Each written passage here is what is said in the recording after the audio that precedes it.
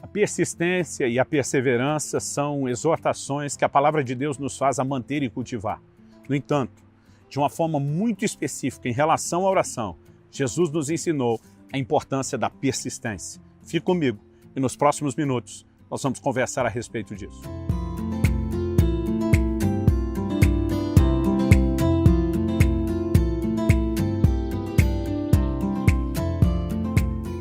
Em Lucas, no capítulo 18, e no versículo 1, nós lemos: Disse-lhe Jesus uma parábola sobre o dever de orar sempre e nunca esmorecer.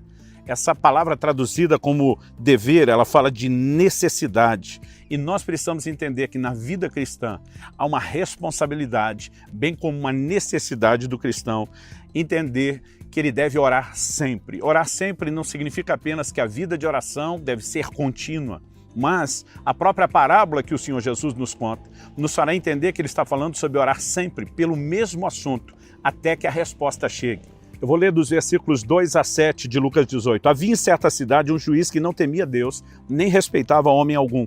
Havia também naquela mesma cidade uma viúva que vinha ter com ele dizendo: julga a minha causa contra o meu adversário. Ele por algum tempo não a quis atender. Mas depois disse consigo: bem que eu não temo a Deus nem respeito a homem algum, todavia, como essa viúva me importuna, julgarei a sua causa, para não suceder que por fim venha a molestar-me. Então disse o Senhor: considerai no que diz esse juiz iníquo. Não fará Deus justiça aos seus escolhidos, que a ele clamam dia e noite, embora pareça demorado em defendê-los? Vou ler também o verso 8. Digo-vos que depressa lhes fará justiça. Contudo, quando vier o Filho do Homem, achará porventura fé na terra? O que aprendemos nessa parábola e nesse ensino do nosso Senhor é que, em primeiro lugar, o juiz não é uma figura de Deus. Jesus chama esse juiz de um juiz iníquo.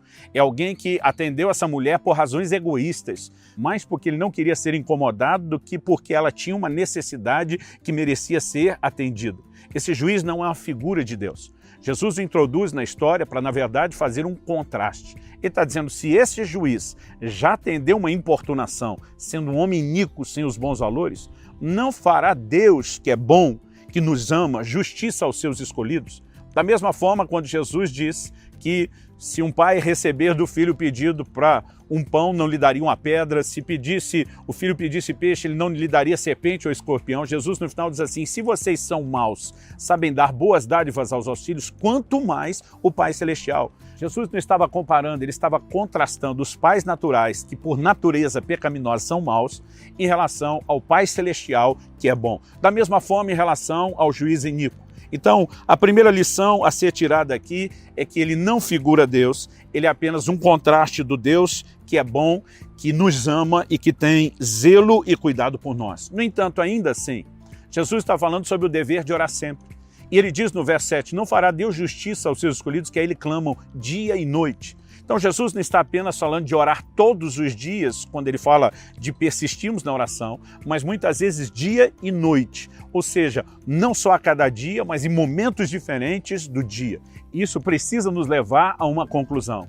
Jesus diz que, embora pareça demorado, ele depressa vai fazer justiça.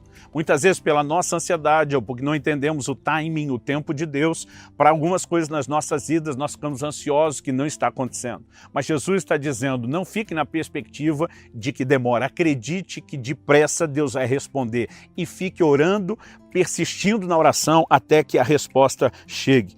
Nós também precisamos entender que Jesus, no versículo 8, ele diz, porventura, quando vier o Filho do Homem, achará fé na terra?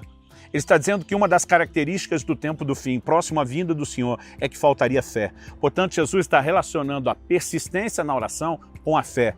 Eu já vi pessoas tentar definir, uma vez que Tiago fala da oração da fé, que já que a fé é a posse antecipada daquilo que se espera, quem orou com fé deveria orar uma vez, só agradecer a Deus e não repetir essa oração depois. Isso pode até ser verdade em momentos onde você sente que a fé rompeu com muita força e que você já chegou lá, né? Vou colocar aqui aspas no chegar lá, aquela sensação de alcancei. Eu já tive momentos de orar uma única vez e a resposta vir de forma expressa. No entanto, Jesus está dizendo que orar com persistência não é falta de fé. Pelo contrário, deixar de persistir na oração é que seria sinalizado como falta de fé. Então precisamos entender que isso tem tudo a ver com a fé e é nossa responsabilidade perseverar na oração. Anos atrás li um exemplo muito interessante no livro Oração Intercessória de Dutch Sheets, uma leitura maravilhosa sobre o assunto que eu recomendo a todos. Ele dá um exemplo falando do guepardo africano. E ele mostra que o guepardo africano, embora seja talvez o animal mais veloz que nós vamos encontrar na natureza, porque o guepardo chega a alcançar velocidades como 115 km por hora, ele precisa abocanhar a sua presa no primeiro bote. Porque se ele não conseguir isso no primeiro bote e ela escapar por um drible, normalmente não escapariam por velocidade, ele normalmente não terá fôlego para de imediato fazer uma segunda investida. Porque apesar de ser um dos animais mais velozes do planeta, ele tem um coração pequeno e ele não tem resistência para uma segunda corrida. Então o autor no livro compara muitos crentes na vida de oração ao guepardo. Diz que a gente começa e sai que nem um louco numa velocidade incrível, mas se não alcançamos resposta imediata, a nossa tendência é desanimar e a gente acaba perdendo o fôlego. O que Jesus está nos ensinando é que nós não podemos agir assim. Há muitas razões para que a gente persista na oração. Uma delas, acredito, que diz respeito à própria questão de romper em fé. Nós olhamos para a Bíblia falando a respeito de Abraão, que creu em Deus, isso lhe foi imputado por justiça, mas ao mesmo tempo, a palavra de Deus diz que Abraão não vacilou na fé, antes se fortaleceu dando glória a Deus. Nem sempre a nossa fé, ainda que tenha um posicionamento imediato, ela está completa e alcançou o resultado todo.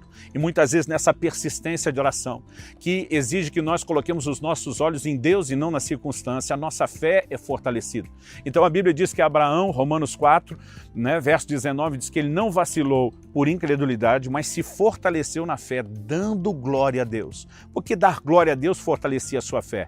Porque impedia Abraão de olhar para a circunstância e colocava os seus olhos no Deus que fez a promessa e é fiel para cumpri-lo.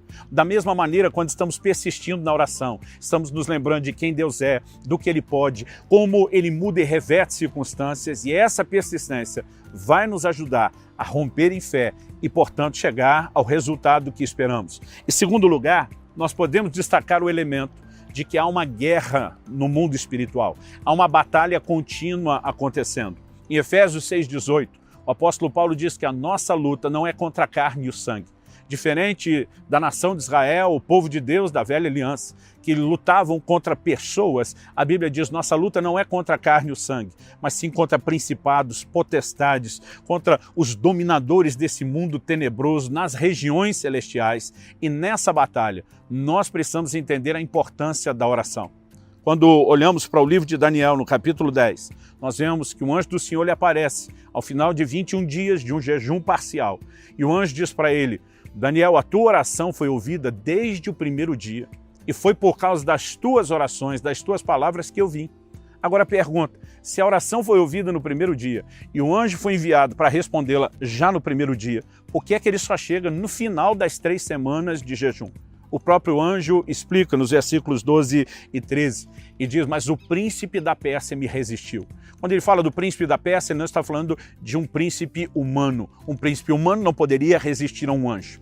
A Pérsia, naquele momento, era o império que governava o mundo. E ele está falando de um principado maligno que regia a nação que dominava o mundo.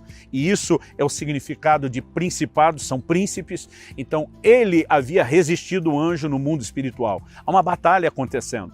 O próprio anjo diz ao profeta Daniel, mas Miguel, um dos primeiros príncipes, veio em meu socorro. Então, basicamente, ele explica, falando uma linguagem contemporânea, atual, que ele conseguiu furar o bloqueio, enquanto Miguel segurava a batalha, ele diz, e agora, deixando você, eu volto para encarar o príncipe da Pérsia, tem mais briga. No mundo espiritual, há uma guerra acontecendo e nossas orações, eu diria a persistência nas orações, vão garantir vitória. Eu imagino se Daniel tivesse desistido de seguir orando depois do primeiro dia, imaginando, não houve resposta, não houve intervenção de Deus, talvez isso não vá me levar a lugar nenhum. Se ele tivesse desistido em vez de persistir, a resposta não teria chegado. Nós precisamos entender a importância de persistir na oração, até que essa batalha no reino espiritual seja vencida. E um terceiro e último aspecto para ser levado em consideração, de porque nem sempre a resposta chega de forma imediata, e porque é importante a gente perseverar na oração, é que nós precisamos considerar o tempo de Deus.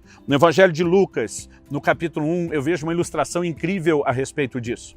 A palavra de Deus nos fala a respeito de Zacarias, o pai de João Batista. A Bíblia diz que eles eram justos, irrepreensíveis diante de Deus, serviam a Deus no ministério, eram pessoas que por honrarem o Senhor poderiam, como diz a Escritura, esperarem que Deus também as honrasse, mas não tinham filhos.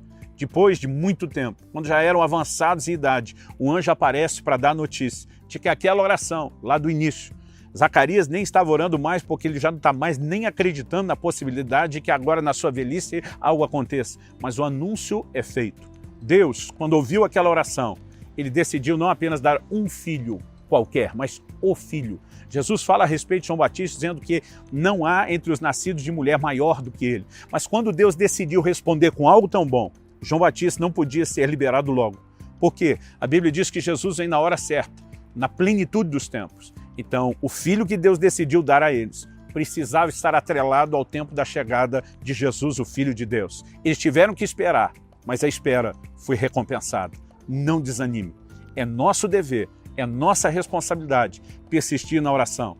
E ao fazer isso, honramos a Deus. Mas quando também chegarmos ao resultado, teremos a recompensa que vai alegrar o nosso coração. O nosso coração.